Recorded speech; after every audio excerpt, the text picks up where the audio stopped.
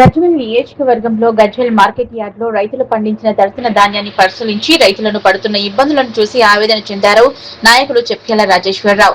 ఈ సందర్భంగా ఆయన మాట్లాడుతూ రైతులు దుక్కుతిన్న సమయానికి ధాన్యానికి కూడా 30% కొనుగోలు చేయని చేతగాని కాంగ్రెస్ ప్రభుత్వం రైతులను మోసం చేస్తోందన్నారు. ఎంతో మంది రైతులు పండించిన ధాన్యాన్ని అమ్ముకోలేక రైతులు ఇబ్బందులు పడుతూ రైతుల ప్రాణాలు తీసుకుంటున్నారని ఆవేదన వ్యక్తం చేశారు. దేశానికి అన్నం పెట్టే రైతులకు కాంగ్రెస్ పార్టీ సున్నా పెడుతుందన్నారు.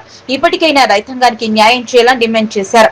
ఈ కార్యక్రమంలో ఆత్మ కమిటీ చైర్మన్ గుండా రంగారెడ్డి, మాజీ ఎంపీపీ తాండ్రా పాండుగౌడ్, మాజీ ఎంపీటీసీ దుంబల లింగారెడ్డి, మాజీ మార్కెట్ కమిటీ వైస్ చైర్మన్ బట్టు సుధాకర్ రెడ్డి మరియు రాచకొండ మహేష్ ఇతరులు పాల్గొన్నారు.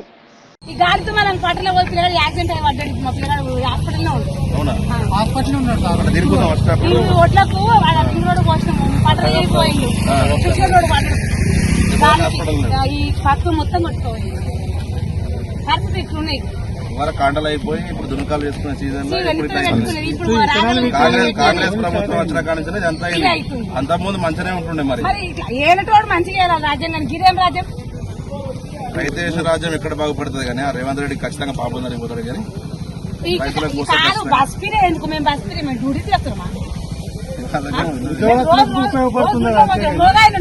సీటీ అయ్యా ఉత్తి మనిషి కాదంటే మేము బయటకు వెళ్తే మా అమ్మ మీరు పిల్లవాడు అంటున్నాడు.